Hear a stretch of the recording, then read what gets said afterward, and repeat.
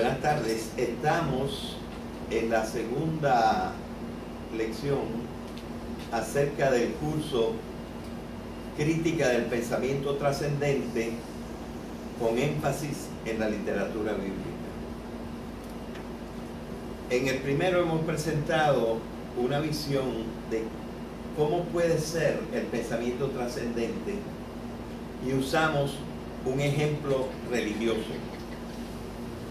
El pensamiento trascendente puede ser religioso y puede no ser religioso. Es decir, ser de unas materias que no son religiosas y que nosotros podemos perfectamente ver como las cosas científicas o filosóficas. O sea que el pensamiento trascendente no trata exclusivamente de cosas religiosas, pero trata muy principalmente de cosas religiosas. Okay. Así que eso fue lo que vimos. En el día de hoy, en realidad, hasta cierto punto, no voy a hablar del pensamiento trascendente, sino que voy a hablar de unas nociones de gnoseología muy poco conocidas. Gnoseología es la parte de la filosofía que trata del conocimiento del conocimiento, conocer el conocimiento. Voy a dar unas nociones de gnoseología que son fundamentales para poder hablar del pensamiento trascendente. De manera que lo que vamos a ver en el día de hoy es como una preparación para la próxima conferencia en que sí vamos a entrar en el pensamiento trascendente. Okay. Entonces, pudiéramos decir que el título de la conferencia de hoy se pudiera llamar Las formas de pensamiento.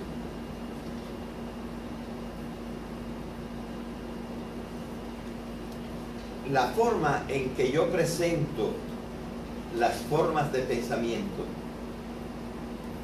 es un poco, pudiéramos decir, perdonen la falta de modestia, original mía. Es poco conocida. En una forma parcial y separada, dispersa. Claro que hay personas que han hablado de lo mismo que yo he hablado, voy a hablar, pero yo he hablado de esto como un todo, como un conjunto, mientras que las otras personas han hablado por aquí y por allá de algunos elementos. Como una pequeña preparación, quisiera presentarles un libro del que igual ya hablé y que Néstor nos dice que él encontró y bajó gratis por ebooks, ¿no? Hay una página que se llama Script y eBookie, pero yo lo puedo poner en Dropbox y enviar el link. Muy bien, gracias. Eso sería una gran ventaja y con un papelito que nos diga cómo llegar al Dropbox, etc. Bien. Este es un libro precioso. Probablemente, yo no me lo he leído entero todavía. He leído varios capítulos. Tiene muchas cosas que yo he aprendido en el libro. Le regalé un ejemplar a Harry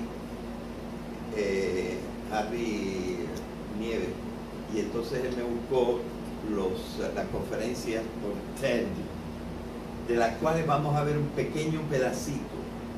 Nada más el inicio completamente. Este libro, el título es un poquito desconcertante, porque este infinity dice el principio de la infinitud. ¿Y de qué infinitud habla aquí? Habla de la infinitud del futuro conocimiento. Es decir, que de aquí en adelante,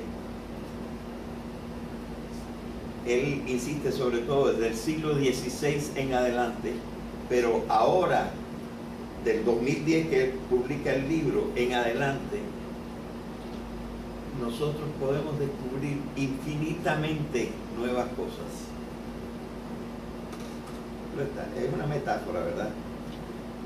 Pero eso quiere decir que realmente, teóricamente, no habría límite para el conocimiento. Es lo que quiere decir el título este. No hay límite para el conocimiento. Pero para el conocimiento necesitamos algo de lo que hay muy poco. ¿Qué hay? Poquísimo. Según él, casi nada antes del siglo XVI. Y poco y malo del siglo XVI para acá. ¿Qué es lo que hay? Lo que hay es poca explicación. El subtítulo del libro dice eso: Explanations that transform the world. Podría haber dicho that will transform the world, porque todavía no lo ha transformado. Pero él da aquí muchas explicaciones. Dice, este es un libro sobre la explicación de la explicación. ¿Ok? Y entonces explica algunas cositas. Él tiene un libro sobre string theory, sobre a theory of everything, un libro que se llama The Fabric of Reality. Y entonces tiene este segundo libro en que lo que allí estaba explicando el mundo y aquí está explicando la explicación. Yo lo que les voy a poner es un pedacito en que, con todo lo que yo admiro a este señor, le voy a mostrar que hay unas explicaciones que él todavía no da. Tiene muchísimas otras explicaciones, pero hay unas explicaciones que él todavía no da. Él dio una conferencia para TED y nosotros vamos, tú puedes ya proyectarlo. Vamos a proyectar 2 o 3 minutos nada más. Se van a quedar con el hambre, pero ustedes pueden buscar el link. Néstor lo tiene. Él tiene el link y ustedes pueden buscarlo y ver entero, que no dura mucho, dura 15 minutos o algo así.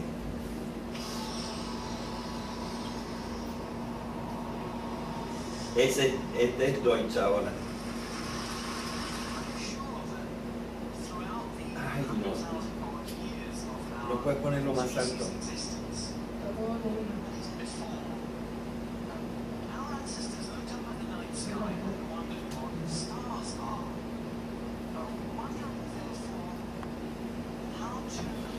Bien, entonces no vale la pena ni siquiera poner los 3 minutos. Yo creí que iba a poder oírlo más alto. ¿Ven? Se necesita un especialista que bregue con el audiovisual. El profesor lo que da son las ideas, pero si el profesor tiene que estar metido detrás de esta cosa, no puede. Bien, él dice, hace 10.000 años los hombres miraban a las estrellas, veían las estrellas, se preguntaban qué eran las estrellas y dieron una explicación de lo que eran las estrellas. ¿Qué explicación dieron? Pues dieron una explicación en que explicaban algo que se ve por algo que no se ve.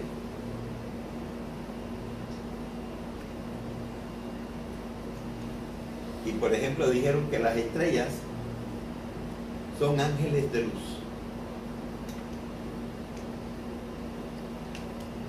Según Deutsch, esta es la actitud general antes del siglo XVI. Y aunque él no lo dice, él es bastante complaciente con la religión, pero él dice, son los mitos de las antiguas religiones las que nos explican algo que ahora nosotros conocemos por una serie de leyes científicas explicadas en una forma en que lo que es evidente, que es la existencia de las estrellas, se explica con ideas de algo que no se ve y que no se puede controlar. Porque ordinariamente es mucho más fácil controlar el conocimiento de las cosas que se ven que controlar el conocimiento de las cosas que no se ven. En el fondo, él lo que está diciendo es, hasta el siglo XVI, el intelecto de los hombres, a pesar de haber dicho muchas cosas buenas, no se había desarrollado lo suficiente. Y sobre todo, no se comprendía realmente qué cosa es la explicación.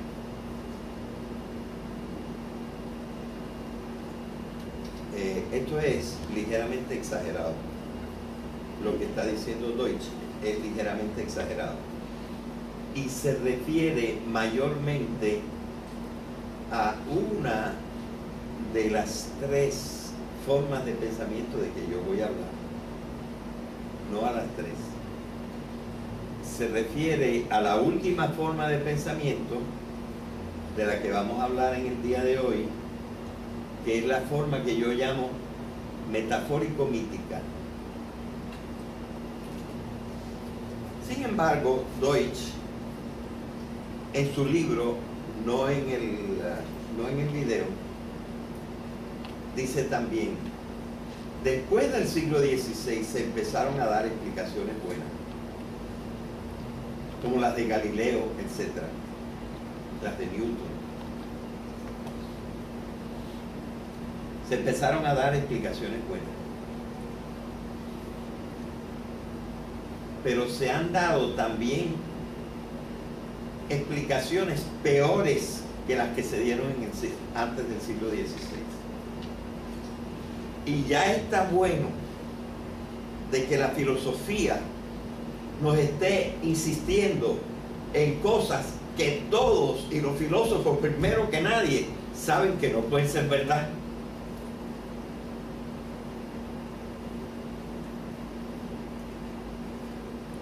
Por ejemplo, ¿qué? Por ejemplo, ciertas explicaciones de Platón, que dice que nosotros los que estamos acá, sí tenemos alguna forma de existencia, pero que somos unos miserables que estamos en la materia. Y que mientras estemos en la materia y no hayamos muerto, no vamos a encontrar la realidad. Y entonces, para Platón, ¿cuál es la realidad? Pues la realidad no son los hombres, no es la materia. La realidad son las ideas. Las ideas existen como cosas en el topos uranos, es decir, en el lugar celestial.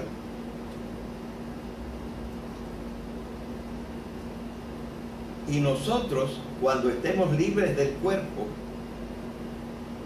vamos a ser capaces de tener contacto con las ideas. Bueno, yo no sé por qué esto se lo perdonamos a Platón.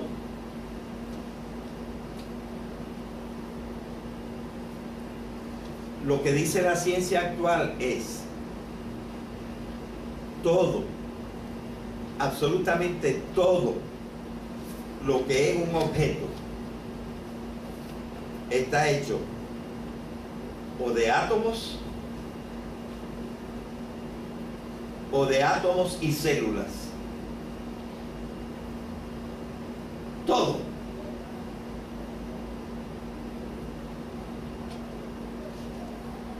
Es la antítesis de lo que dice Platón.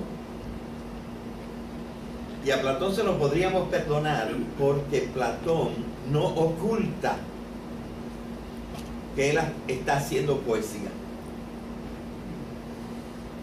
No oculta que él está diciendo las cosas en una forma metafórica.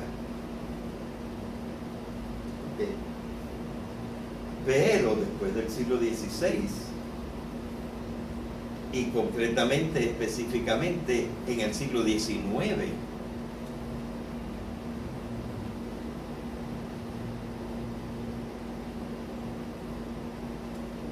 Federico Guillermo Hegel, me faltó un nombre, Jorge Federico Guillermo Hegel, tiene una cosa más radical que Platón. ¿Cuál es la realidad la verdadera realidad para Hegel? Pues para Hegel la verdadera realidad es, lo pueden decir con una palabra o con la otra, el pensamiento.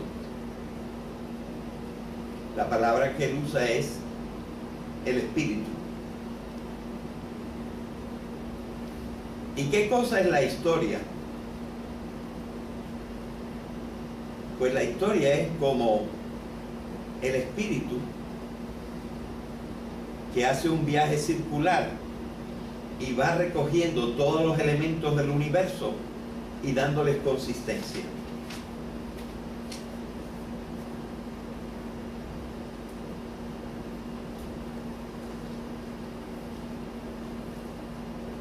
Y esta forma de hablar, que se llama el idealismo absoluto,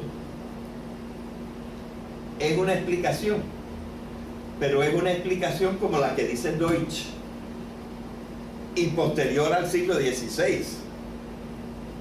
Una posición, una explicación en que se explica lo conocido que es el mundo por unas ideas tomadas de quién sabe dónde. Hegel es medio cristiano, medio no cristiano, y tomadas unas ideas que en parte están cogidas del cristianismo y en parte están cogidas por ahí y transformadas y convertidas en verdaderas contradicciones. Dice: el mundo no somos nosotros, el mundo no son las estrellas, el mundo no es el mar, el mundo no es la cultura humana, el mundo es el espíritu absoluto.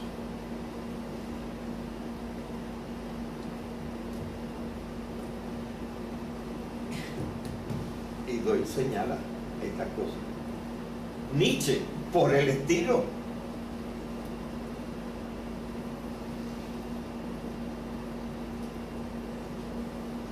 Canté un poquito mejor. Pero en realidad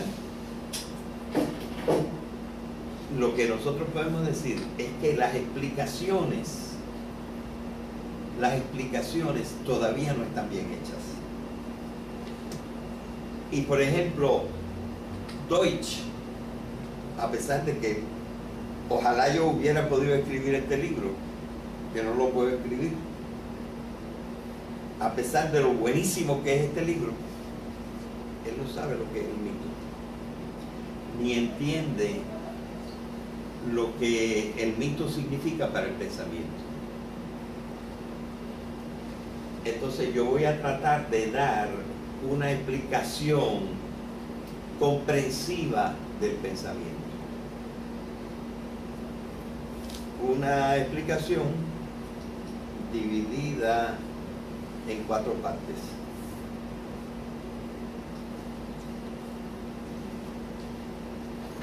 Bueno, creo que me voy a saltar, ya es tardísimo. Me voy a saltar una partecita y voy a presentar primero un pensamiento de Locke, que espero tener por acá, y luego un cuadro de alguien que citamos en la clase pasada, Charles Sanders Peirce.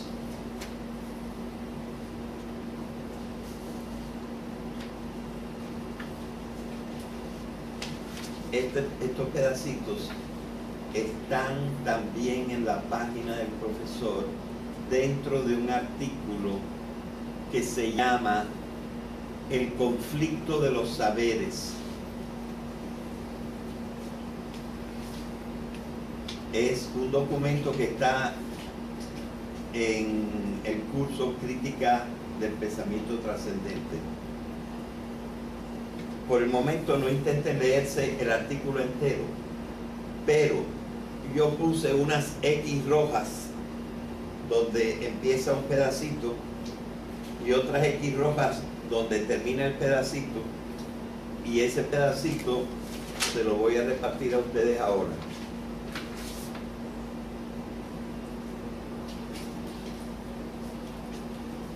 Pero no lo lean inmediatamente porque voy a primero a poner aquí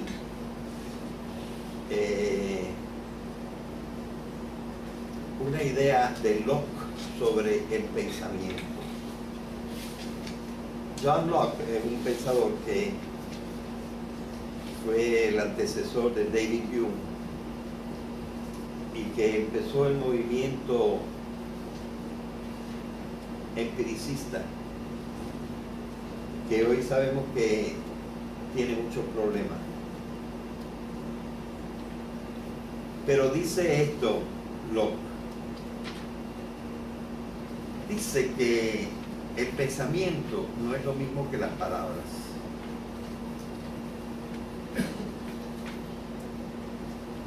Esto hoy en día no se entiende bien. Mucha gente se cree que pensamiento y palabras, lenguaje, es lo mismo.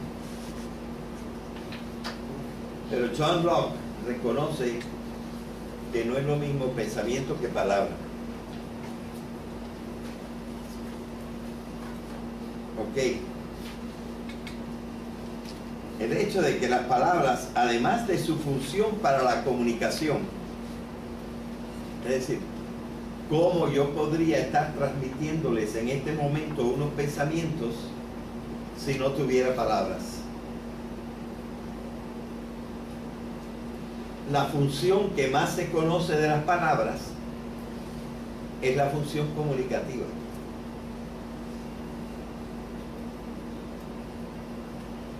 Así, pero Locke comprende que quizá él no ha insistido bastante en que además de la función para la comunicación, las palabras tienen otra función, una función interna al individuo. No es solamente para comunicárselos al otro, sino que en cuanto algo es mínimamente complejo, nosotros para recordarla tenemos que ponerle una marquita. Y la marquita que el Homo sapiens sapiens ha sabido poner es la palabra. Me parece, no sé si fue aquí, que en la clase pasada yo hablé del lenguaje articulado. ¿Hablamos de eso o no? Quizá no, pero no tengo tiempo en este momento de hablar de la articulación del lenguaje. Pero el lenguaje tiene para el pensamiento dos funciones.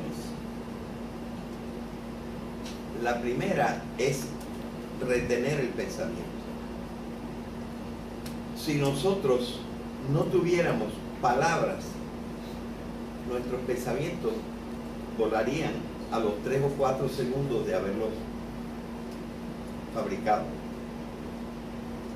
Nosotros tenemos que fijar cada pensamiento en una palabra o en una frase, en una oración.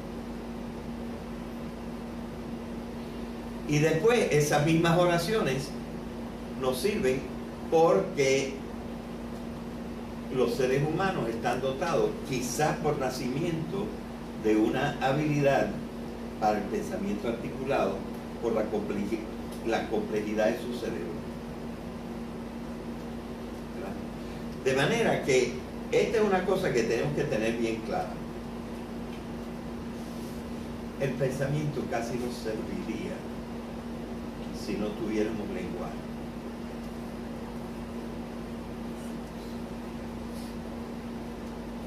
Pero hay que decir una cosa, el lenguaje también engaña. Hay un autor francés que escribió un libro cuyo título es Obstacle et valeur. Obstáculo y valor. Y dice que la misma cosa que es obstáculo es también valor. Y la misma cosa que es valor es también obstáculo. Nosotros podríamos poner un ejemplo que a lo mejor nos hace reír. Una cosa tan sublime y tan poderosa como el matrimonio es también un obstáculo. Y todos los que estamos casados sabemos que tenemos que luchar un poquito con la pareja para entendernos. Todas las cosas son obstáculo y valor. Por una parte, nos permiten hacer una serie de cosas. Y por otra parte, nos obstaculizan. Como la pantalla.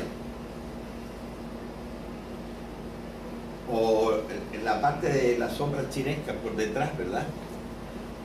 La pantalla permite que veamos algo, pero al mismo tiempo obstaculiza que lo veamos todo.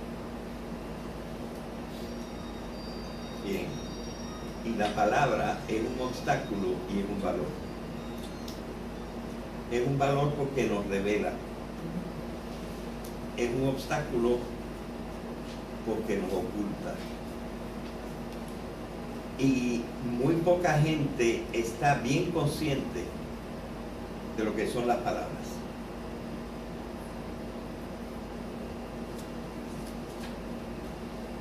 Esto sí es lo que dice Locke. Dice que el ser humano tiene unos pensamientos que están escondidos en su pecho antes de que aparezcan las palabras. Y dice también que para comunicarlos, el hombre necesitó encontrar unos signos externos, sensibles, porque lo sensible se puede compartir. Ahora, Locke, para ser bien entendido, debería haber añadido que aquellos pensamientos escondidos seguramente estaban unidos a unos signos internos o imágenes en su pecho también. Y estos signos internos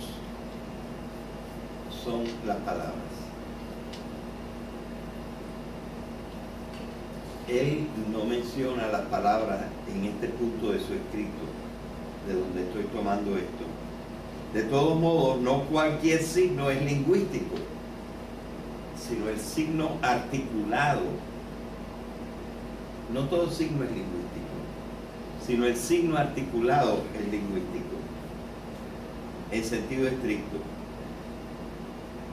No creo que en un primer momento la mayor parte de las imágenes internas sean lingüísticas. Nosotros tenemos muchas imágenes, pero tenemos algunas que son lingüísticas. El filósofo norteamericano Charles Sanders Peirce lo explica con este triángulo.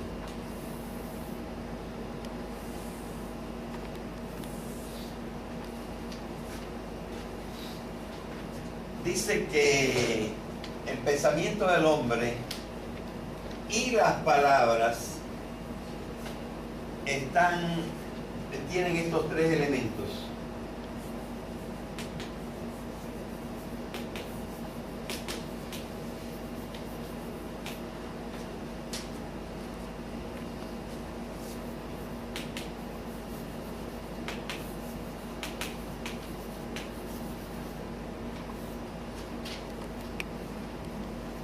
Él no le puso la S, pero yo con toda la intención la pongo. Cuando uno piensa, estas son las cosas internas. No solamente cuando tú se lo dices al otro, sino cuando tú te estás hablando a ti mismo. Tú tienes que tener un signo interno, pero sensible, que es la palabra. Y entonces, en esa palabra está anclado el conocimiento, que es el significado. Y yo tengo, por ejemplo, la palabra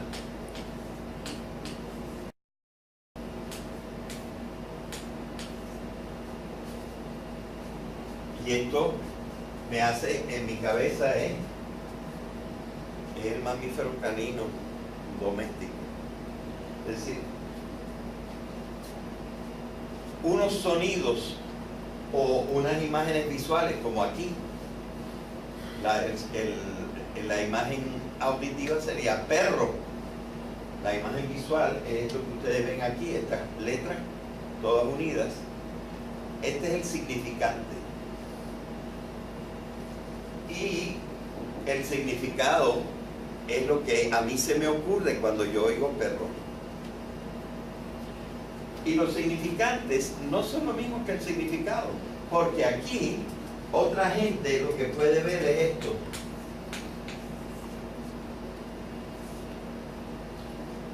Y el significado es el mismo que tengo yo.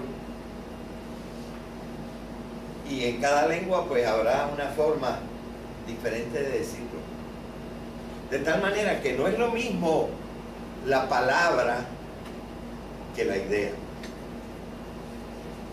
La idea llega primero, el pensamiento llega primero, pero para el procesamiento interno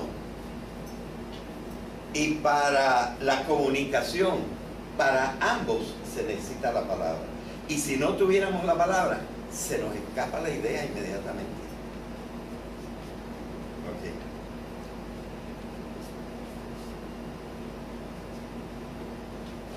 Y hay una cosa que está fuera en el mundo.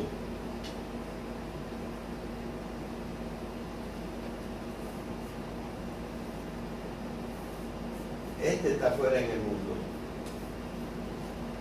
Es el referente. Tanto la palabra como el significado se refieren a un objeto, que es el objeto de conocimiento.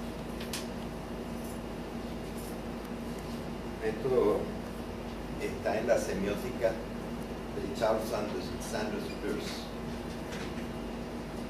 Ok. Pero lo que pasa es lo siguiente, y lo que yo voy a tratar de explicar ahora.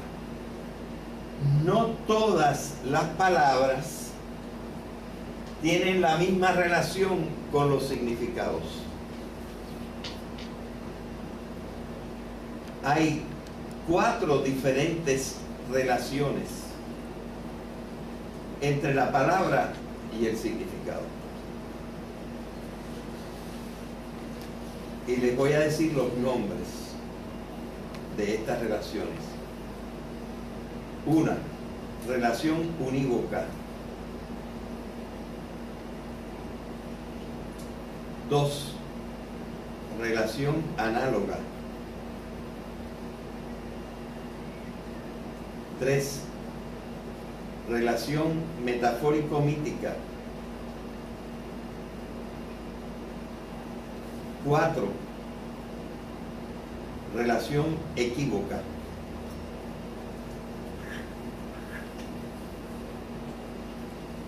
Las 3 primeras son legítimas.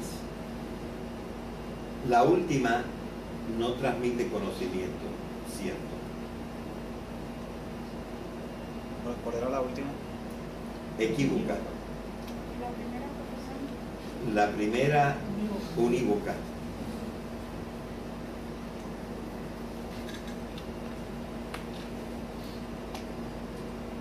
Entonces ahora podemos utilizar el papelito. Denme a mí también una copia.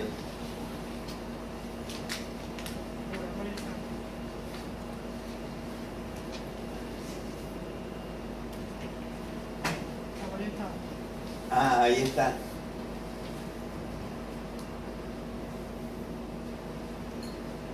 Exactamente lo que está en los papeles. Es lo que está aquí. Sí. Bien, pues ahí están los 4. Vamos a leerlo despacio e internalizarlo. Esto es lo que está entre las X rojas en el papelito, en el artículo que se llama El conflicto de los saberes. ¿Por qué nos equivocamos? Porque la gente no está consciente que entre la palabra y la idea hay 4 tipos de relaciones diferentes.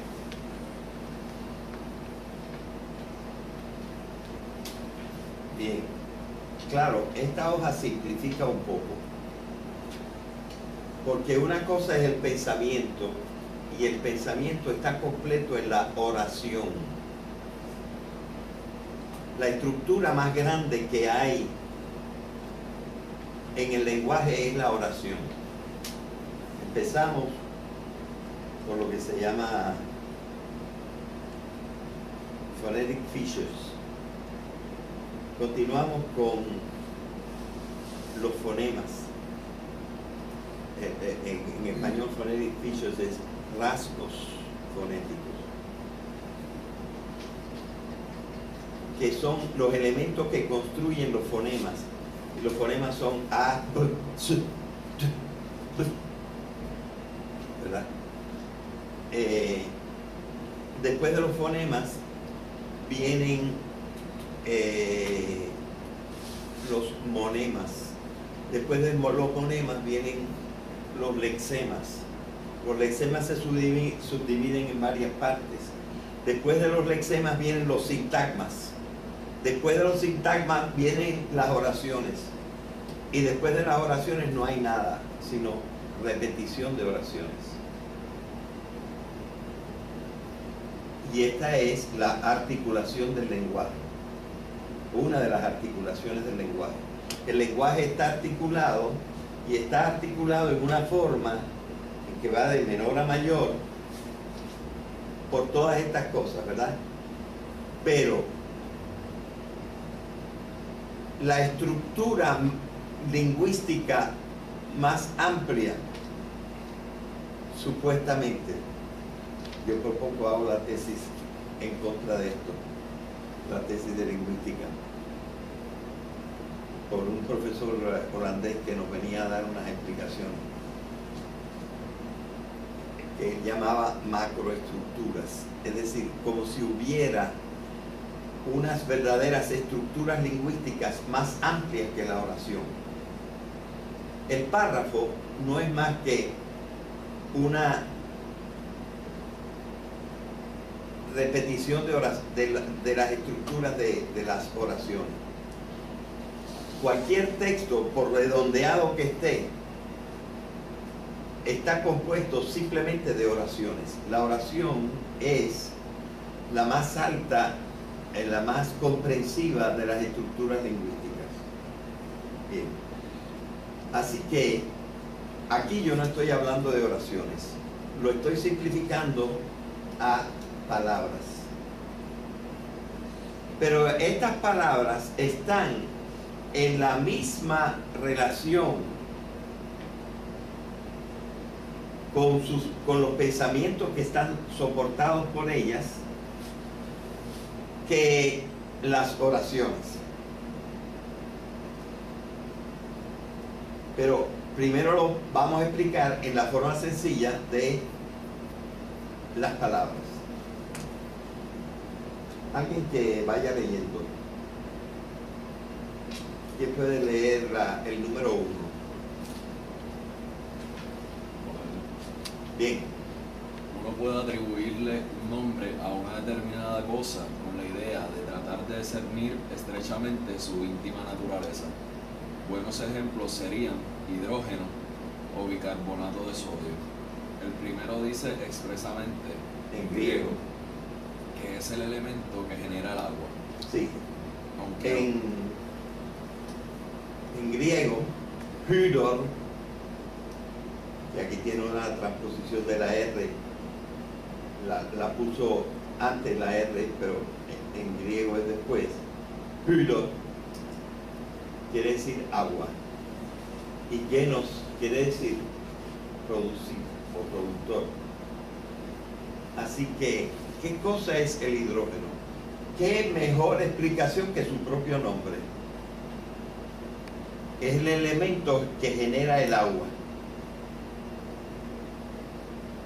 Claro, le faltó decir que para generar el agua, además de este elemento, hace falta un segundo elemento. Pero cualquier persona que entienda la palabra griega, y por ejemplo, esta es una ventaja, en cierta manera, del alemán. En alemán, hidrógeno se dice Wasserstoff. Wasser es agua y Stoff es materia, la materia del agua. Bien, sigue ahora. aunque no menciona El primero, la contribución de oxígeno. En el segundo ejemplo se puede saber por el nombre la composición exacta de su molécula. Todo lo que dice átomo tiene oxígeno. Ordinariamente 3 átomos de oxígeno. B delante de carbono anuncia 2 átomos de carbono, y como es de sodio quiere un átomo de este elemento. Así que cuando yo digo bicarbonato de sodio, la persona que sabe un poco no se puede equivocar, porque uno de los elementos de la palabra nos está indicando lo que la cosa es.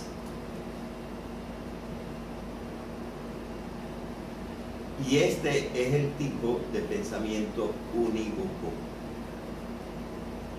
Un significante, un significado.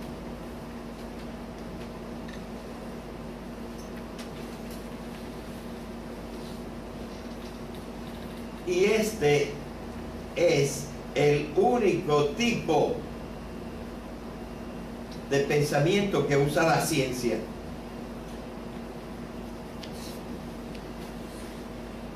Dicho más moderadamente, ese es el ideal de la ciencia. Que llegue o que no llegue es otra cosa. Pero la ciencia lo que quiere es decir las cosas como son, usando palabras inequívocas, palabras vocales, quiere decir llamar. Unívoca quiere decir que llama una sola significación, no varias significaciones.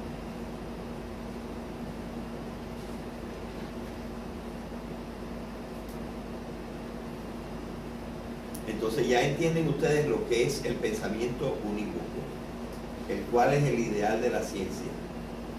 Naturalmente estamos dejando de lado algunas cosas que están en el artículo y que ni siquiera en el artículo están completas. Habría que coger un curso completo. Bien, vamos al segundo tipo de palabra, de relación entre la palabra y el pensamiento. Por favor, lee. Otras veces, la relación del término con su referente es distinta. Se puede dar a algo un nombre. Yo creo que no debería haber dicho aquí con su referente. Debería haber dicho con su significado.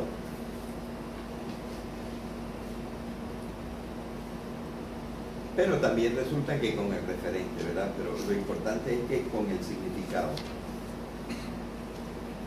Se puede dar a algo un nombre que en sí es aplicable a muchas cosas, pero que el uso ha reservado para una en particular. Pienso, por ejemplo, en la palabra adjetivo. Bien, déjeme decirle qué cosa es adjetivo. Iectum quiere decir echado. Y ad es echado junto. Adjetivo es algo que está echado ahí junto a otra cosa que es más importante.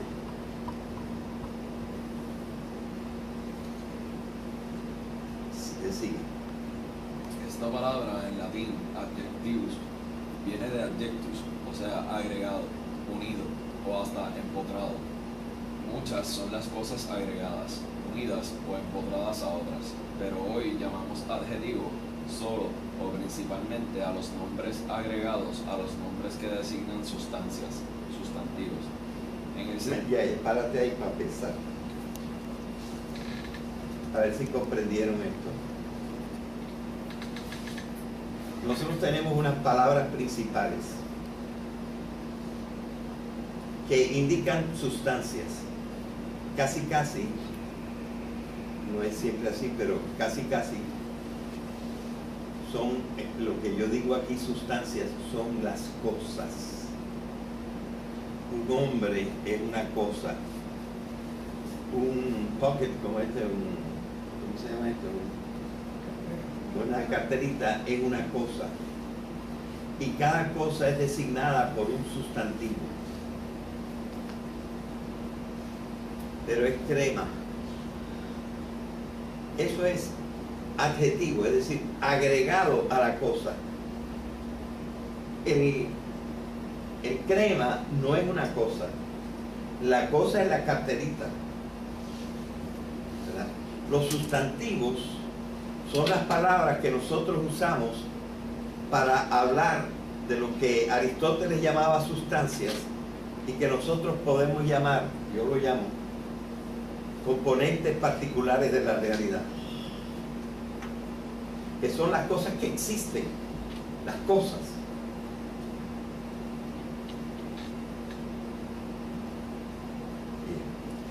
Bien. Esto es simplemente para explicar lo que estábamos diciendo, ¿verdad? Entonces, nosotros nos hemos fijado, y ya se fijaron los griegos en esto, que había sustancias y había una cosa que Aristóteles llama accidentes, como las cualidades, el peso, el color, el tamaño, la ubicación, la relación, el modo, el valor. Son circunstancias, pero no son cosas. Las cosas son las sustancias, los componentes de la realidad, los componentes particulares, individuales de la realidad, son las sustancias. Cada una de estas cosas es una sustancia. Muchas de ellas que entran en la misma categoría de sustancias. Por ejemplo, este es un libro y por ahí puede haber otro libro, los dos son libros, pero cada uno es una sustancia diferente, según Aristóteles. Y nosotros decimos un componente particular del universo, un componente individual, las cosas que están hechas de átomos o de átomos y células. ¿Ok? Esas son las cosas y esos son los sustantivos.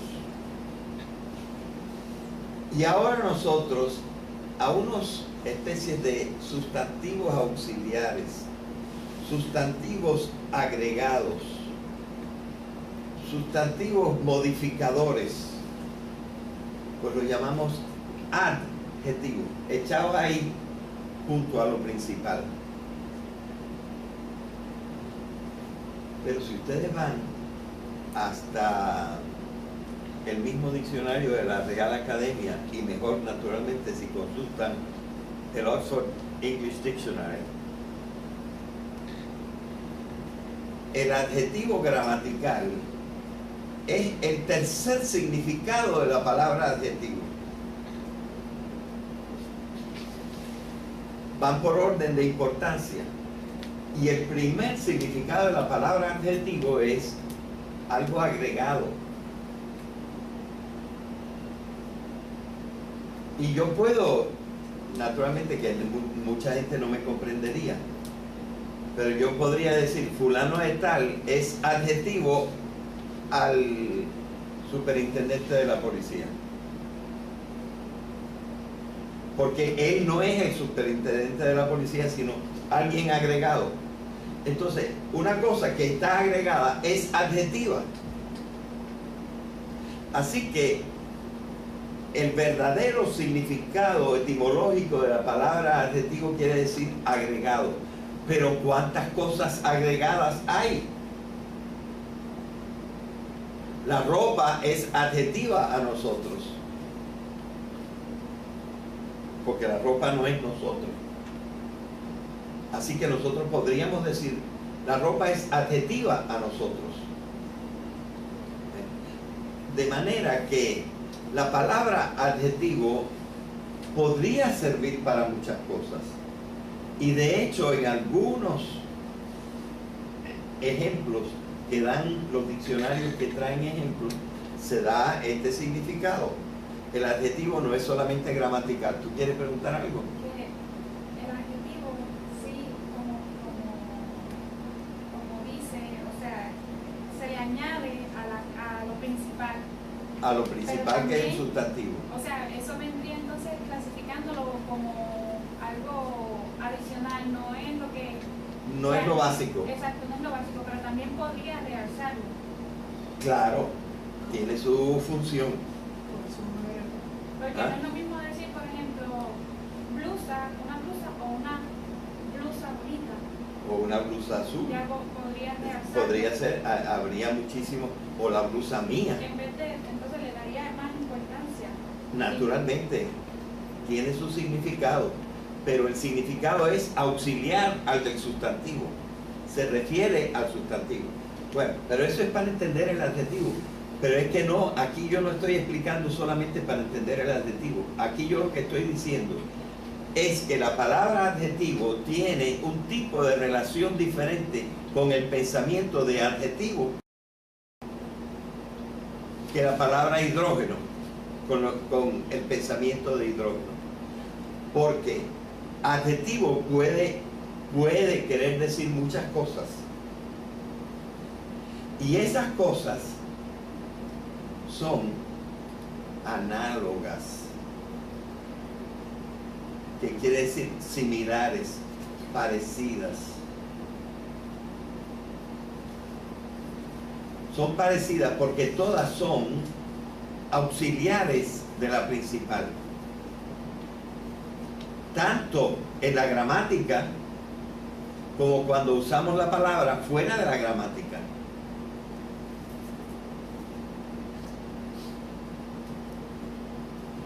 Por lo tanto,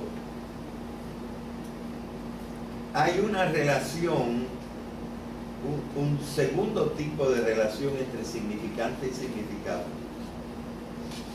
que es la relación análoga. Tienes un solo significante, adjetivo, y tienes varias cosas parecidas que pueden significar.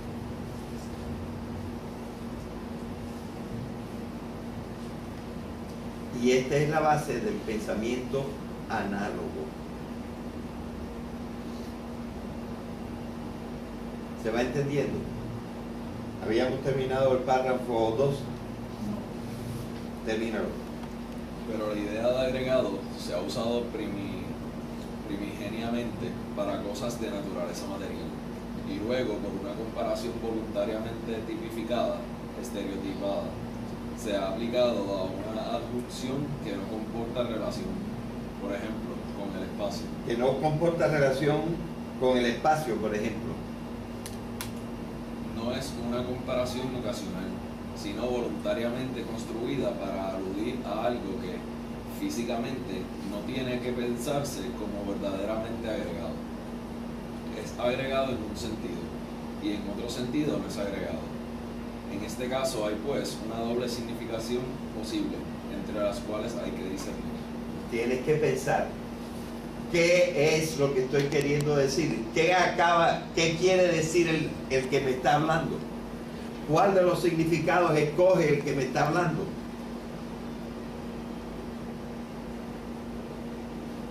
Es decir, yo tengo que discernir cuál de los significados es el que es importante en este caso. Y esa es la característica del pensamiento análogo. ¿Okay? Ahora vamos al tercer ejemplo, al del pensamiento que yo llamo metafórico místico. Lee. Otros nombres tienen una relación mucho más fluida con lo por ellos designado. Pienso en lo que en francés, en el vocabulario de la danza, se llama un Poisson. Pez, y en inglés, a fish dive. Paso en el cual el bailarín sostiene a su pareja y la mueve horizontalmente, aproximadamente como se mueve un pez que avanza en el agua. Es decir, tú tienes el bailarín parado así, él está cogiendo a la muchacha por las dos manos, pero de repente la muchacha hace un paso y él la coge, por ejemplo, por la cintura o por un brazo, y entonces hace así con ella, como si un pez estuviera pasando por el agua.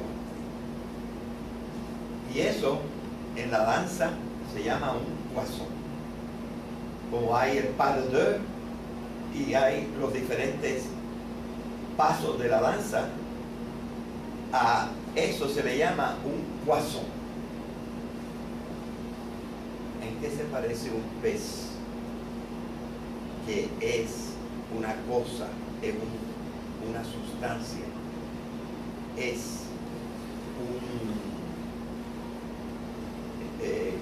un componente particular del universo.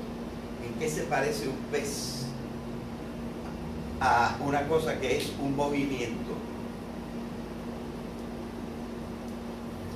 En bien poquito. En que es así. Nada más en un puntito se le parece. Y ese puntito me basta a mí para comparar una sustancia que es un pez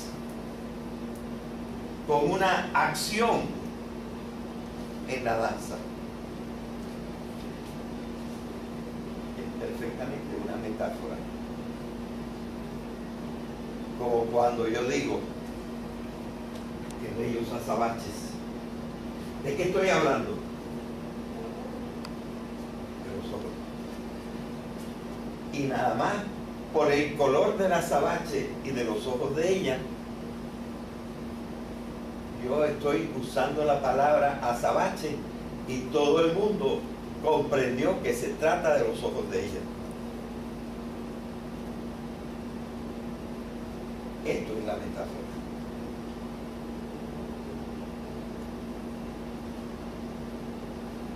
Pero hay una metáfora más radical. No sé si en este momento es el momento de explicar la metáfora más radical. Voy a poner otro artículo ahí. Ya hay uno de los artículos que ya está, no está puesto en la parte de este curso que está abajo, pero en otra parte está en mi página. Yo creo que debe estar como en el segundo apartado que habla de mis escritos publicados, hay uno que se llama uso crítico del pensamiento mítico. No es completamente fácil de comprender el artículo, pero allí está explicado qué cosa es una metáfora radical.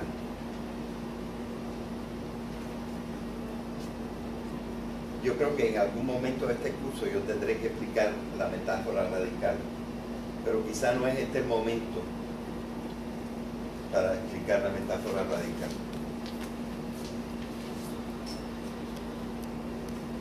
Bien, entonces, ya acabamos el número 3, no, vamos a empezar el número 3, ¿verdad? Sí, a ver, léelo. En este caso, el uso del vocablo está tipificado o estereotipado, pero la referencia a los peces hubiera podido ser sustituida por varias otras imágenes, pues no tiene ninguna relación real el pez con la pareja danzante. La relación en este caso, decimos, es metafórica.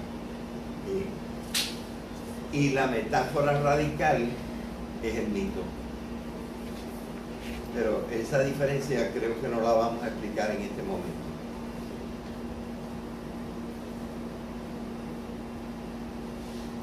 Con la 4. Sí. Otros nombres. Un momentito.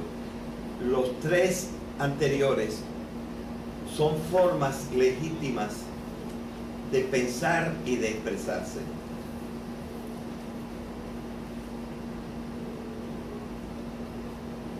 La cuarta es una forma totalmente ilegítima. No sirve. No pasa un verdadero pensamiento. Pero se usan al hablar a veces. Otros nombres, en todavía un cuarto caso, pueden haber sido tipificados, pero la imagen usada no tiene la más mínima relación con los significados. Así, en la física de partículas hay un elemento que se llama en inglés un charm, cuyo sentido general se traduce al español por encanto. O por El sentido general de la palabra charm es o encanto, lo cual es un nombre abstracto, o amuleto, el cual es una cosa concreta. Pero que se refiere tipificadamente a uno de los 6 sabores de quark flavors, de una carga positiva de 2/3.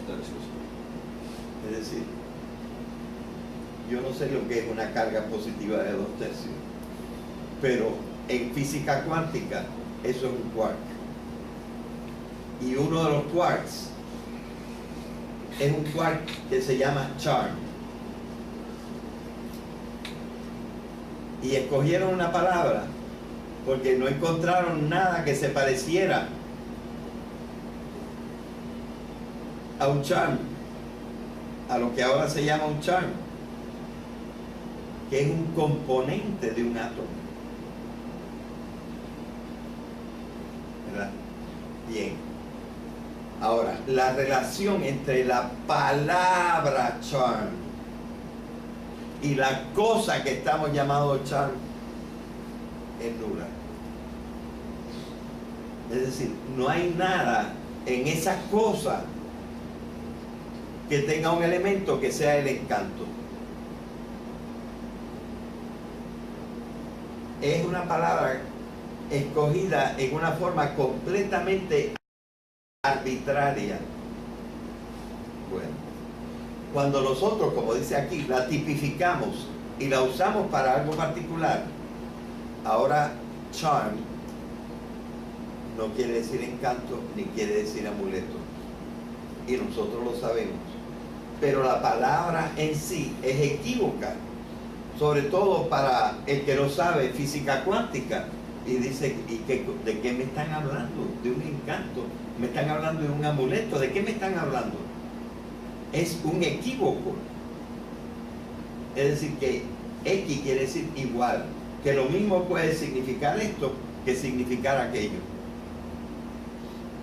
¿verdad? En este caso, el equívoco, como lo hemos tipificado para hablar como término técnico, tiene un significado. Y nosotros lo restringimos y lo distinguimos absolutamente del otro significado que tiene la palabra charm en el lenguaje ordinario. Pero en sí, usar palabras equívocas es no transmitir pensamiento. Bien. Entonces, lo que pasa es esto. Bueno, me queda un rato, es hasta las 7:30, así que me queda un rato para explicar ahora. Esto no tenía previsto aquí en ninguna parte, pero lo vamos a explicar. Ahora, pasando de las palabras al pensamiento en general y diciendo que existen 3 formas de pensamiento, porque la cuarta es un artificio y no representa verdaderamente una forma de pensar, pero las 3 primeras sí presentan una forma de pensar, y eso es lo que vamos a tratar de explicar en este momento para comprender que el saber humano tiene que usar no una forma de pensamiento, sino 3 formas de pensamiento.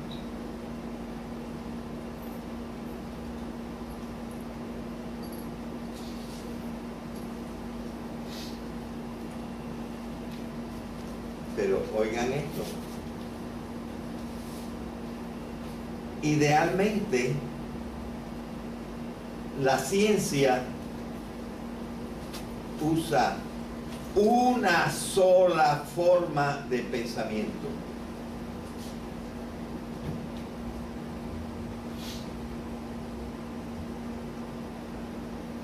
La unívoca.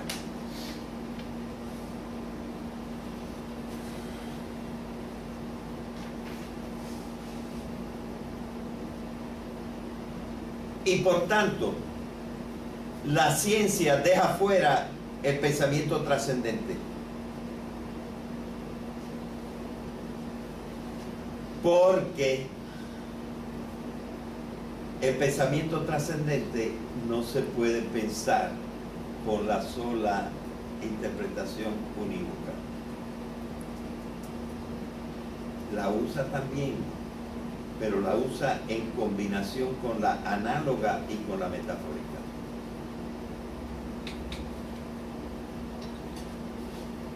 Yo a partir de la próxima clase voy a empezar a hablar de cosas trascendentes.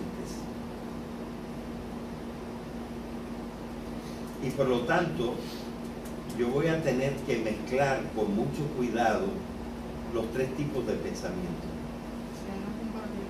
¿Ah? ¿Cómo tú dices? Hay una comparativa de los 3 pensamientos si la quiero usar. Ah, ¿está por ahí? Sí, Sí, pero yo prefiero primero, sí, pónmela ahí, sí. Tenemos eso, ¿verdad? Que yo creo que lo hiciste tú, ¿verdad? Sí, para la maestral. ¿Ah? Para la maestral que diste en el... Ajá. Bien, pues eso nos va a servir. Bueno, vamos a empezar por ahí. Gracias. Tú ves por qué yo quería que fuera Glenda, porque ella ya conoce estas cosas. Bien. ¿Va a estar para los estudiantes, profesor? Dime. ¿Va a estar para los estudiantes? No, solo para ir copiando. Por el momento. Vete copiándolo por el momento, porque todo esto forma parte de otras cosas. Mira, yo ni me acordaba que eso existía.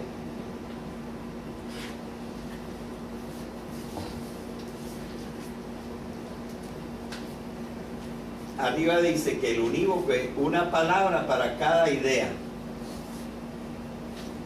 o una frase o una oración para cada idea.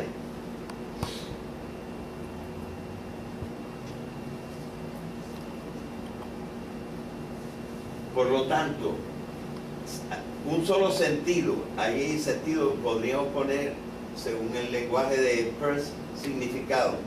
Un solo sentido para la palabra y para la idea. La palabra tiene un solo significado y es el significado que estamos usando.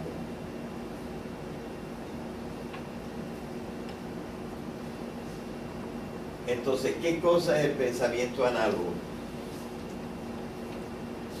Una palabra para dos ideas que están relacionadas.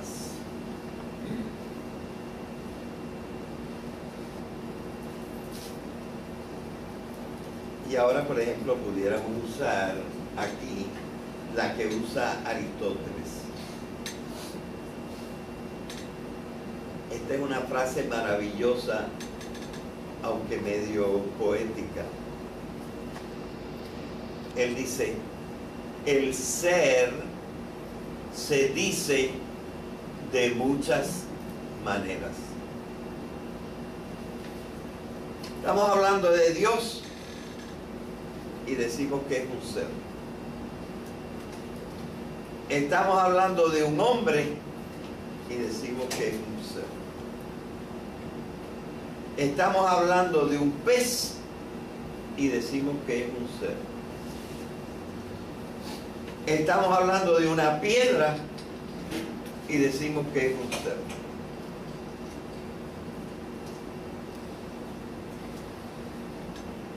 Y hasta estamos hablando de un demonio y decimos un poco subjetivamente que es un ser.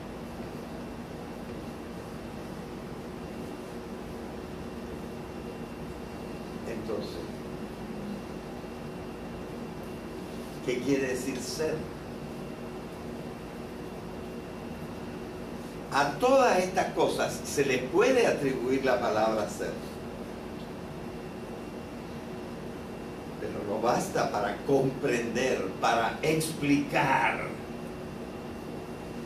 No basta decir que Dios es un ser y que nosotros somos un ser. Y no basta decir que el pez es un ser y que nosotros somos un ser. Y que la piedra es un ser y que nosotros somos un ser. ¿Podría atribuirse el profesor al demonio como un fenómeno? ¿Un ser distorsionado o algo así? Eso yo lo explicaré otro día si acaso.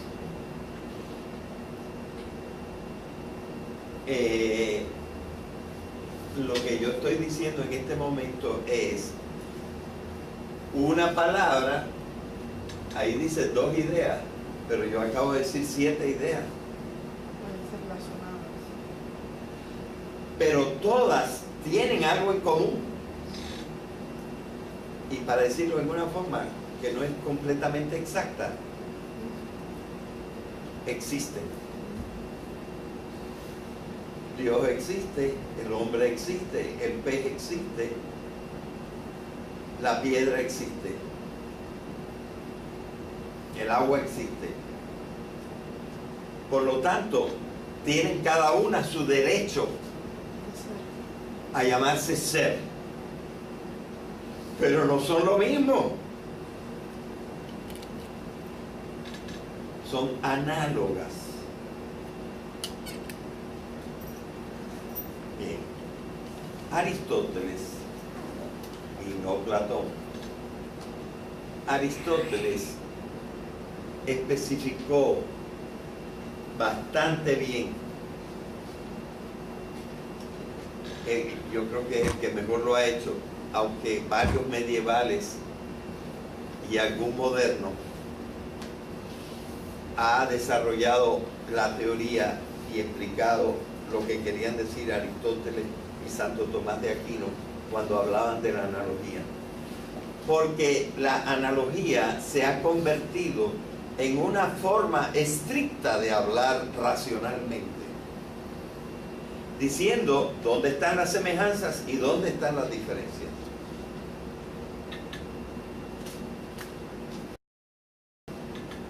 Y evidentemente para explicar ciertas cosas, y naturalmente la primera Dios, no hay forma de que podamos explicar a Dios simplemente con el pensamiento unívoco.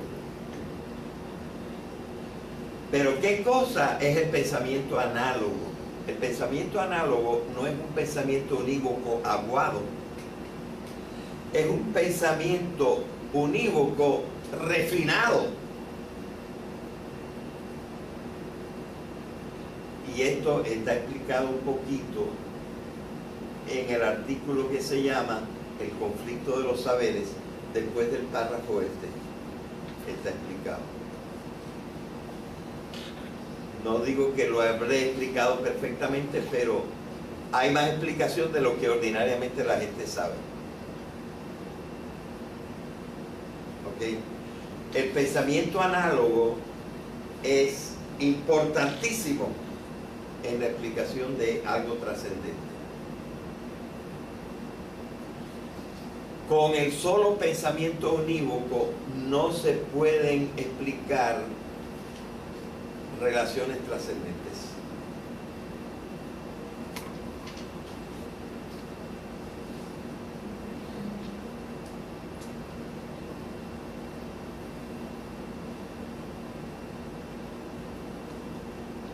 Y entonces tenemos el tercer tipo de pensamiento. Ahora nos metemos no con la multiplicidad de significados, sino con la multiplicidad o con la adecuación o inadecuación del significante, el del otro lado. Cuando yo digo poisson para el movimiento de la danza, es de lo más inapropiado.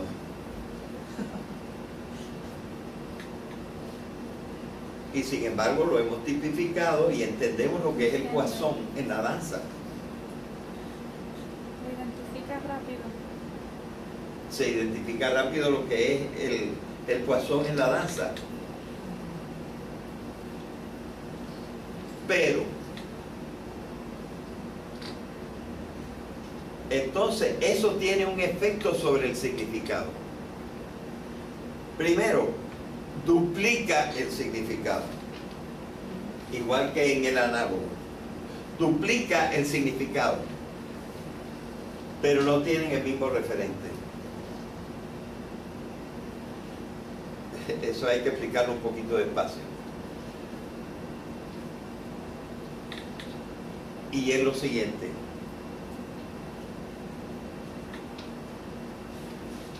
Uno de los significados, el más obvio, es prácticamente falso.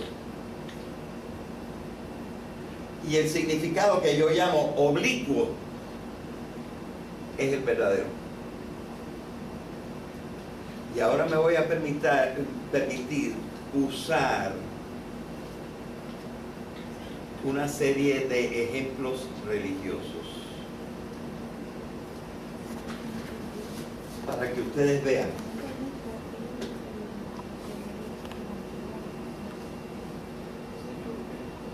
Jesucristo, al final de su vida, después de haber resucitado, ascendió a los cielos.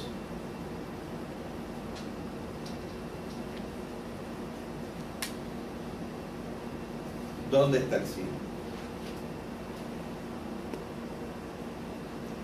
Claro, un significado bastante preciso de cielo en la antigüedad es una esfera dura que estaba más allá de las estrellas.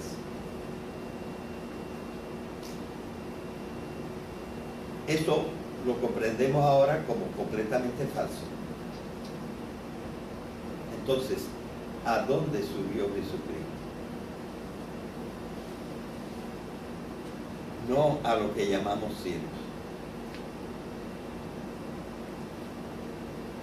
¿Qué dice la persona científica? me están explicando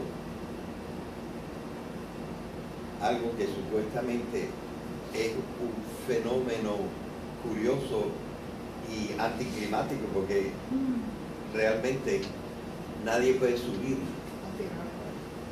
sino que la gravedad más bien nos atrae hacia abajo, ¿verdad? Jesucristo ascendió a los cielos. Entonces, el científico, ¿qué nos dice? Falso. No hay cielo.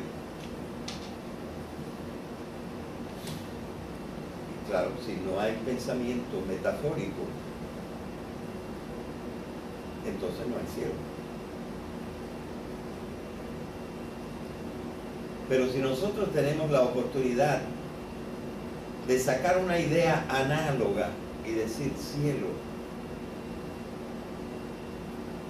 es un estado de bienaventuranza.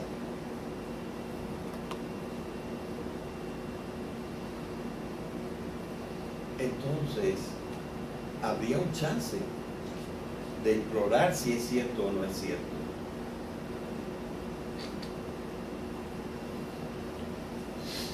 Si yo digo resurrección, Jesucristo resucitó y cada uno de nosotros va a resucitar. ¿Cómo? En el sentido literal y recto de la palabra, es imposible.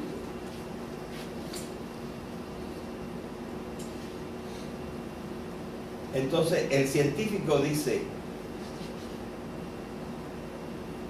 están hablando de equivocaciones, de estupideces.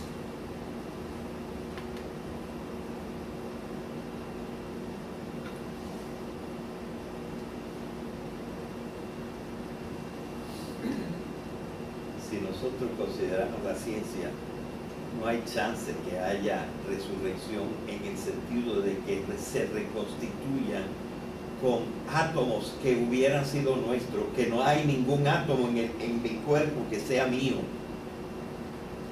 porque todos pasan cada año, cada 2 años pasan y ya son otros átomos los que están constituyendo mi estructura. Así que no hay ningún átomo que sea mío. Y las células son composiciones de átomos. Y las células mías, una vez desaparecidas, se confunden con los otros átomos. Y no hay más nada. Es decir, en ese sentido, no hay posibilidad de una resurrección en el sentido directo de la palabra.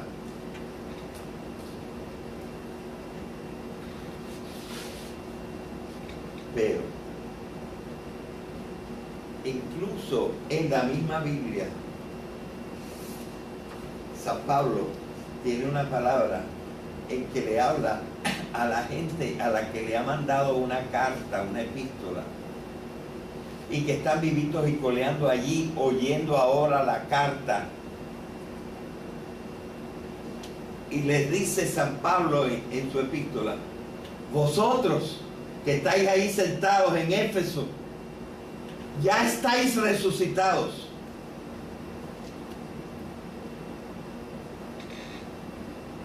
Entonces eso quiere decir que no es cuestión de células, de reconstitución de células, la resurrección. Entonces, si la resurrección es algo, es un sentido oblicuo, y nosotros lo que tenemos que hacer es empatar la resurrección con la ascensión, con la Inmaculada Concepción, con montones de cosas que todas son míticas y que todas tienen un sentido recto que no es el que verdaderamente queremos decir. El sentido recto de todo mito es equivocado, pero tiene otro sentido que nosotros tenemos que estudiar.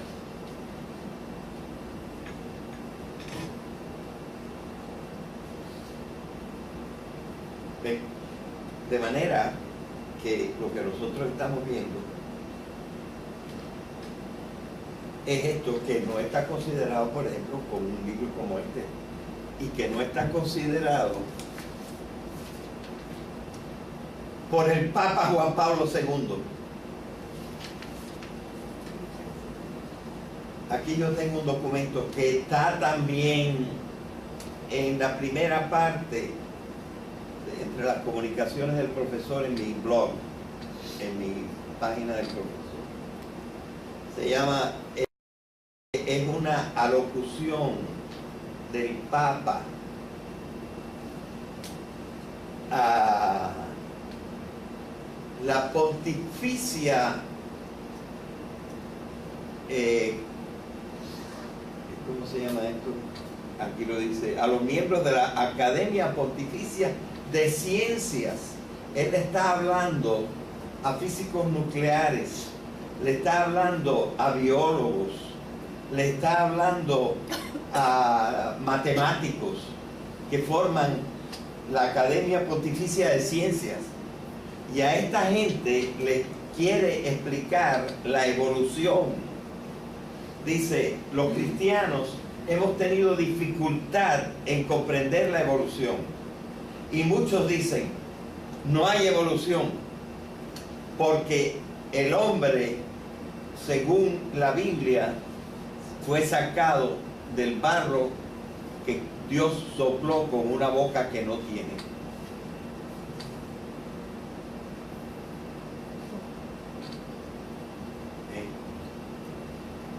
Pero él dice,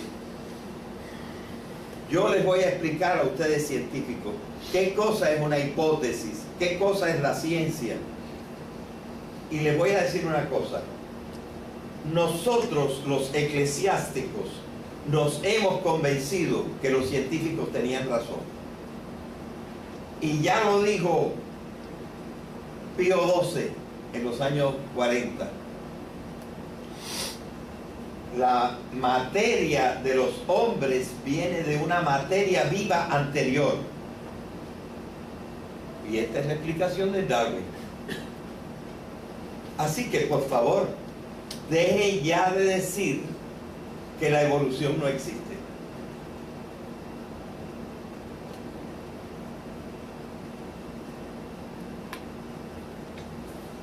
Bien. Pero entonces, bueno, él le está hablando a científicos. Entonces, no pone un punto. Pone nada más una coma. Y dice, y como les digo esto, les digo ahora lo siguiente.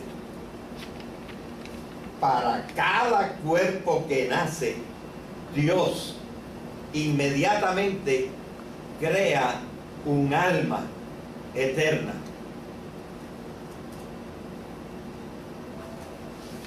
¿Dónde se fue el lenguaje científico? Ni siquiera separado por una coma. Nos está hablando de creación. La creación no es un concepto científico. Nos está hablando de Dios. Con la ciencia no se puede, con la ciencia sola no se puede llegar a Dios.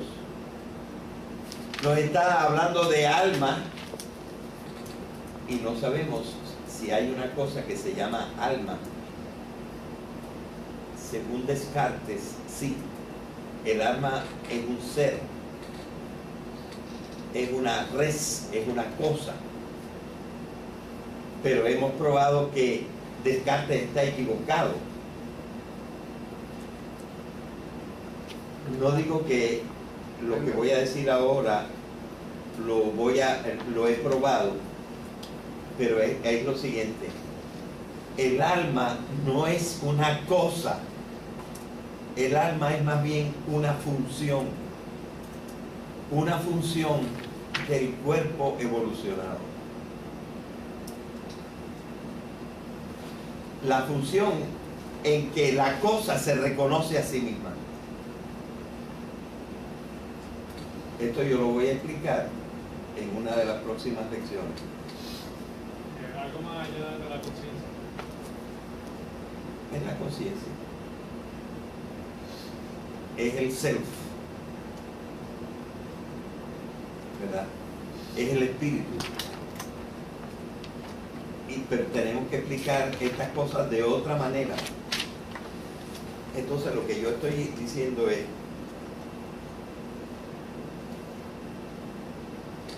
que el Papa, filósofo, doctor en filosofía, doctor en teología, no sabía que en una alocución a los científicos católicos está hablando con dos idiomas. En la primera parte con el idioma científico y en la segunda parte con el idioma metafórico, creyendo que no está haciendo esa distinción. Esto es para que ustedes vean el grado de la falta de conciencia de lo que yo estoy tratando de explicar en este cursillo.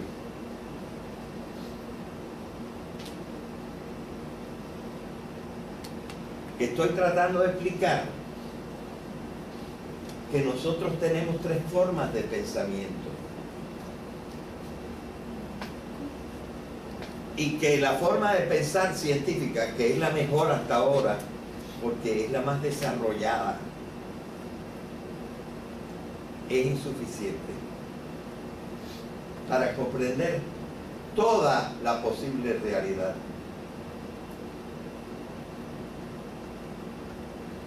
Y que entonces nosotros necesitamos que las mismas esferas eclesiásticas y que los mismos científicos se den cuenta de que cada uno está hablando parcialmente y no se da cuenta del valor y del significado del lenguaje que están usando.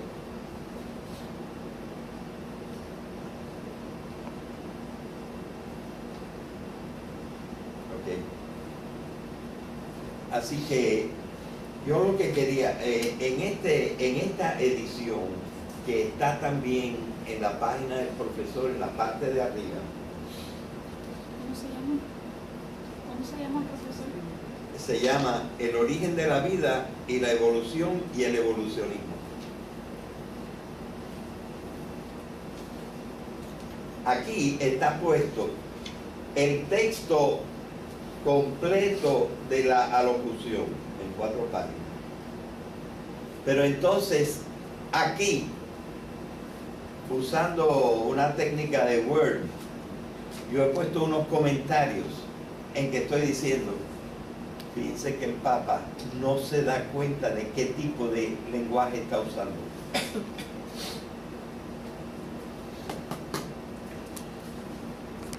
Que ya es la hora. Déjenme nada más decirle esto. Déjenme nada más decirles esto. Exacto. Eso no quiere decir que el Papa se haya equivocado.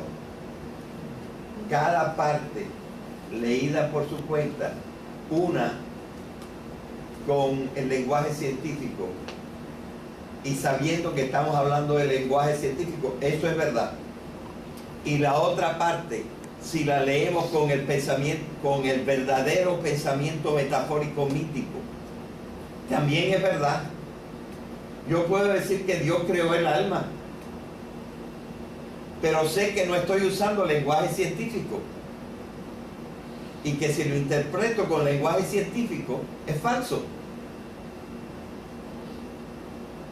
que lo tengo que interpretar con el lenguaje metafórico mítico. Y entonces, para los que tenemos fe, hay chance de que sea verdad. Y si interpretara el lenguaje mítico, ese lenguaje a través de Eudímuco, sería fundamentalismo. Exacto. Exacto. Y entonces, por eso los Totalmente racional. fundamentalistas están siempre equivocados, porque lo que hacen es coger el significado que es falso. Porque están interpretando algo que es metafórico, lo están interpretando en el sentido recto del pensamiento unívoco.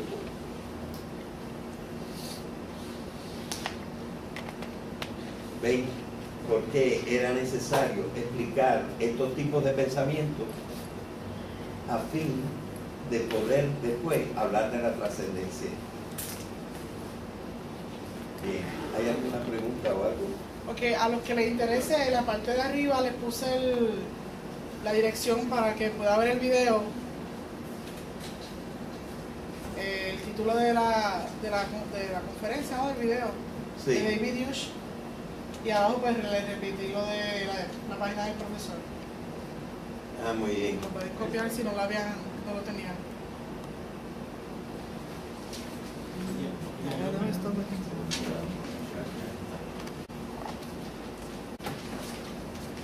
Aquí regalo 2 copias del origen de la vida.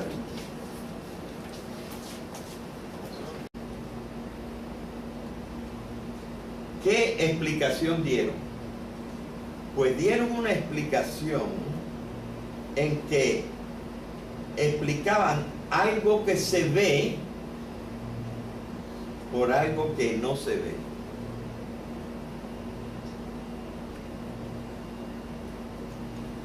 Y por ejemplo dijeron que las estrellas son ángeles de luz.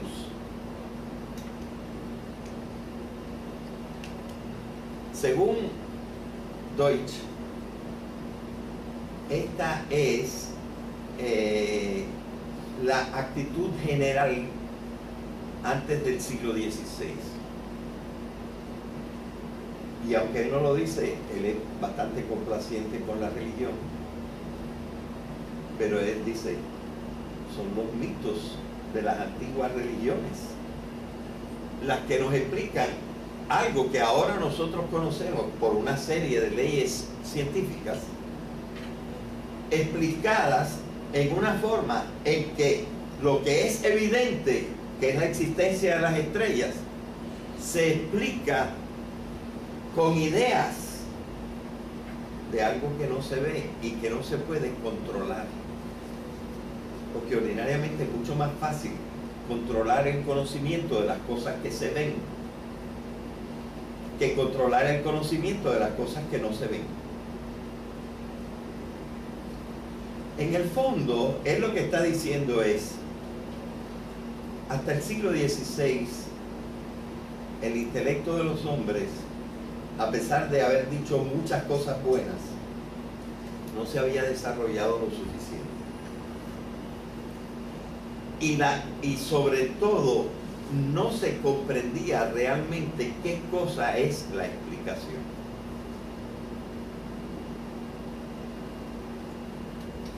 Esto es ligeramente exagerado. Lo que está diciendo Deutsch es ligeramente exagerado. Y se refiere mayormente a una de las 3 formas de pensamiento de que yo voy a hablar. No a las 3. Se refiere a la última forma de pensamiento de la que vamos a hablar en el día de hoy, que es la forma que yo llamo metafórico-mítica. Sin embargo, Deutsch, en su libro, no en el video, dice también, después del siglo XVI se empezaron a dar explicaciones buenas, como las de Galileo, etc., las de Newton.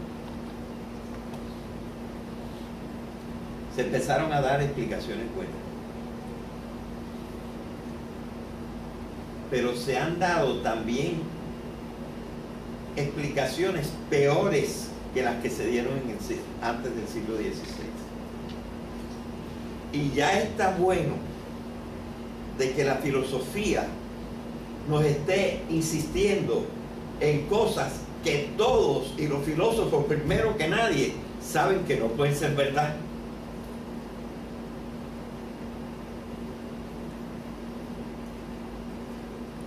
Por ejemplo, que Por ejemplo, ciertas explicaciones de Platón que dice que nosotros los que estamos acá sí tenemos alguna forma de existencia, pero que somos unos miserables que estamos en la materia. Y que mientras estemos en la materia y no hayamos muerto, no vamos a encontrar la realidad. Y entonces, para Platón, ¿cuál es la realidad? Pues la realidad no son los hombres, no es la materia. La realidad son las ideas.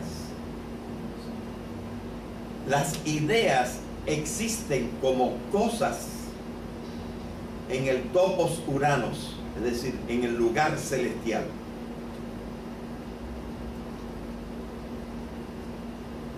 Y nosotros, cuando estemos libres del cuerpo, vamos a ser capaces de tener contacto con las ideas. Bueno, yo no sé por qué esto se lo perdonamos a Platón.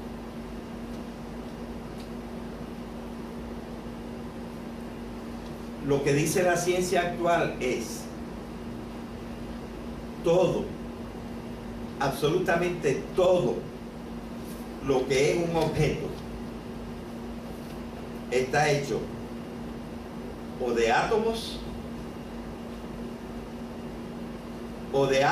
y células. Todo.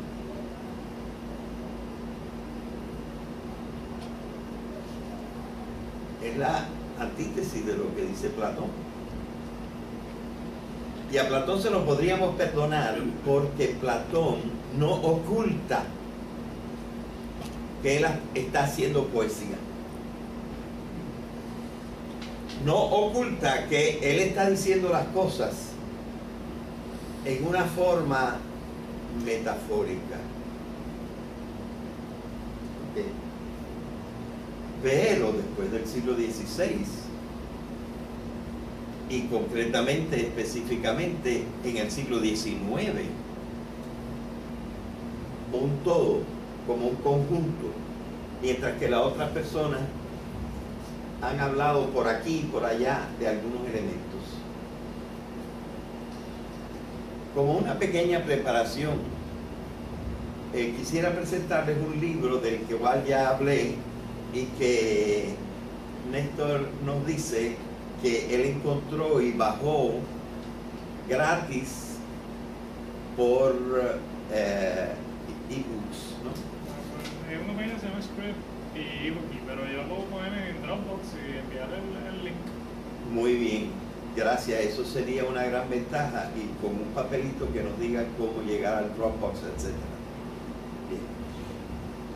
Bien. Este es un libro precioso.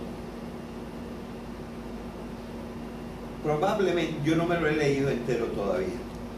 He leído varios capítulos. Tiene muchas cosas que yo he aprendido en el libro. Le regalé un ejemplar a Harry Nieve, y entonces él me buscó las conferencias por TED, de las cuales vamos a ver un pequeño pedacito, nada más el inicio completamente. Este libro, el título es un poquito desconcertante, porque este infinity dice el principio de la infinitud. ¿Y de qué infinitud habla aquí? Habla de la infinitud del futuro conocimiento. Es decir, que de aquí en adelante, él insiste sobre todo desde el siglo XVI en adelante, pero ahora, del 2010 que él publica el libro en adelante, nosotros podemos descubrir infinitamente nuevas cosas. Es una metáfora, ¿verdad? Pero eso quiere decir que realmente, teóricamente, no habría límite para el conocimiento. Es lo que quiere decir el título este. No hay límite para el conocimiento. Pero para el conocimiento necesitamos algo de lo que hay muy poco. ¿Qué hay? Poquísimo. Según él, casi nada antes del siglo XVI. Y poco y malo del siglo XVI para acá. ¿Qué es lo que hay? Lo que hay es poca explicación. El subtítulo del libro dice eso: Explanations that transform the world. Podría haber dicho that will transform the world, porque todavía no lo ha transformado. Pero él da aquí muchas explicaciones. Dice, este es un libro sobre la explicación de la explicación. ¿Ok? Y entonces explica algunas cositas. Él tiene un libro sobre string theory, sobre a theory of everything, un libro que se llama The Fabric of Reality. Y entonces tiene este segundo libro en que lo que allí estaba explicando el mundo y aquí está explicando la explicación. Yo lo que les voy a poner es un pedacito en que, con todo lo que yo admiro a este señor, le voy a mostrar que hay unas explicaciones que él todavía no da. Tiene muchísimas otras explicaciones, pero hay unas explicaciones que él todavía no da. Él dio una conferencia para TED y nosotros vamos, tú puedes ya proyectarlo. Vamos a proyectar 2 o 3 minutos nada más. Se van a quedar con el hambre, pero ustedes pueden buscar el link. Néstor lo tiene. Él tiene el link y ustedes pueden buscarlo y ver entero, que no dura mucho, dura 15 minutos o algo así.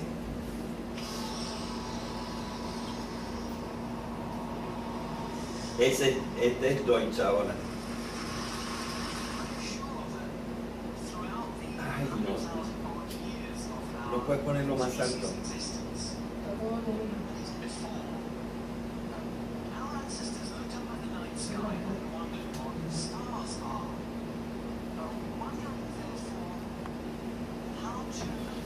Bien, entonces no vale la pena ni siquiera poner los 3 minutos. Yo creí que iba a poder oírlo más alto. ¿Ven? Se necesita un especialista que bregue con el audiovisual. El profesor lo que da son las ideas, pero si el profesor tiene que estar metido detrás de esta cosa, no puede. Bien, él dice, hace 10.000 años los hombres miraban a las estrellas, veían las estrellas, se preguntaban qué eran las estrellas y dieron una explicación de lo que eran las estrellas.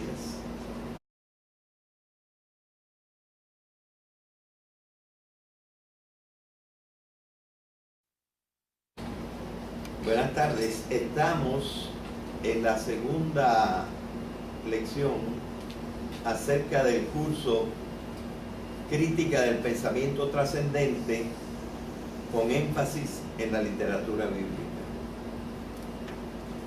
En el primero hemos presentado una visión de cómo puede ser el pensamiento trascendente y usamos un ejemplo religioso. El pensamiento trascendente puede ser religioso y puede no ser religioso. Es decir, ser de unas materias que no son religiosas y que nosotros podemos perfectamente ver como las cosas científicas o filosóficas.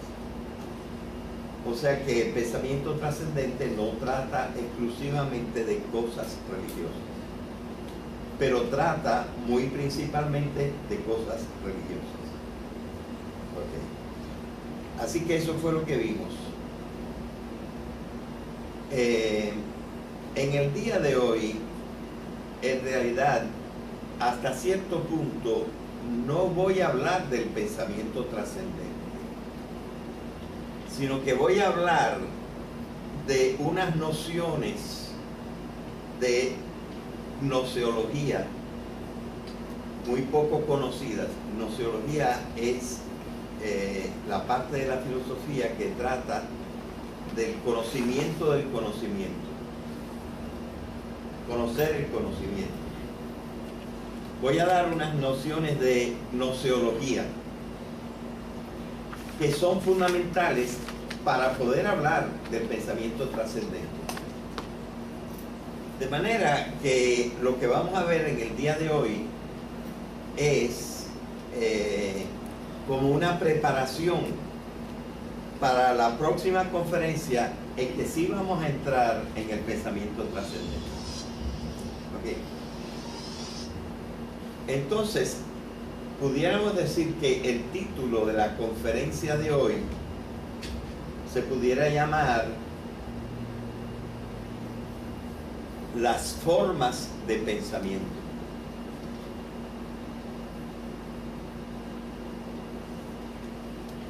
La forma en que yo presento las formas de pensamiento es un poco, pudiéramos decir, perdonen la falta de modestia, original mía.